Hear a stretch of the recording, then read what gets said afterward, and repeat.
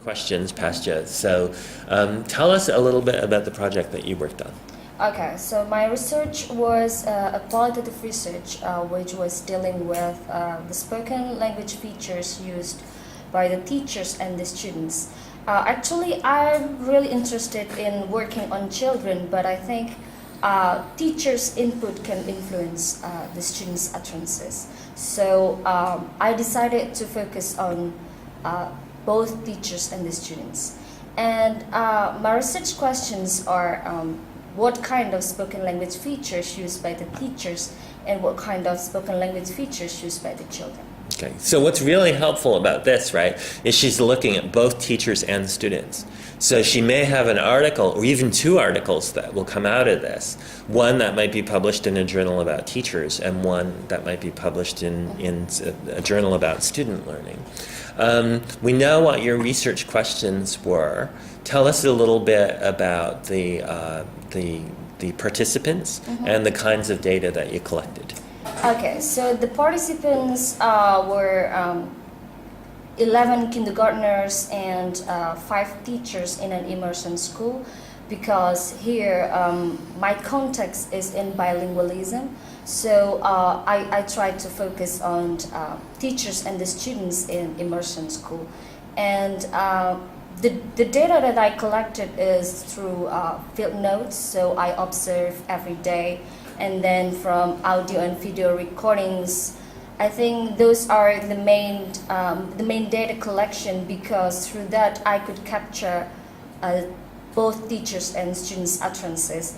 And the last is that teachers' interviews. So here I interviewed 5 teachers to know the students' background, because I think this is really important. And the questions for the interview include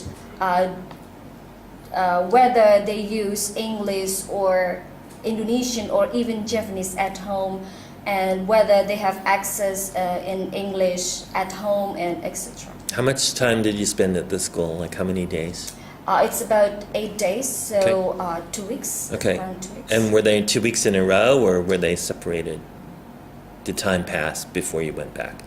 Oh, I think, I'm sorry, what's your question? So did you go out for 1 week and then come back a few months later, or did you go out 2 weeks in a row? I go directly, so I went there 2 weeks. Right. Right. So, what's nice about this is you've got good triangulation of the data, right? Think about the different data sources, field notes, audio tapes, videotapes, plus interviews.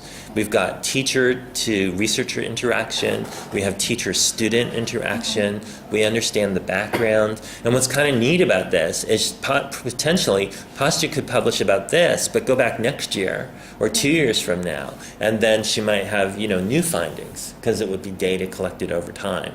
So how did you do your analysis?